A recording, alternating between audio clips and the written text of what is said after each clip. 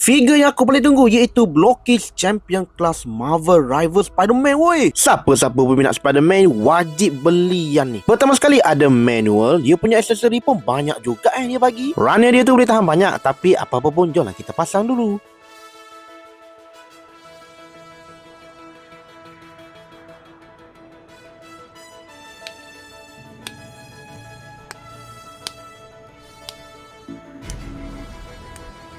Alright guys, inilah dia dah siap pasang Marvel Rivals Spider-Man. Aku boleh katakan semuanya cun. Articulation dia best untuk posing. Dia punya aksesori dia pun banyak. Warna dan corak detail dia tu memang aku suka gila untuk Marvel Rivals Spider-Man ni. Disebabkan aku dah ada Blockage Marvel Rival ni, jadi aku boleh katakan complete semua collection Blockage Spider-Man yang aku ada ni, termasuklah Secret Spider-Man GV02 dan juga 05. Alright guys, itu saja review untuk Blockage Champion Class Marvel Spider-Man ni. Akhirnya masuk juga dalam collection aku. Apa pun, bye.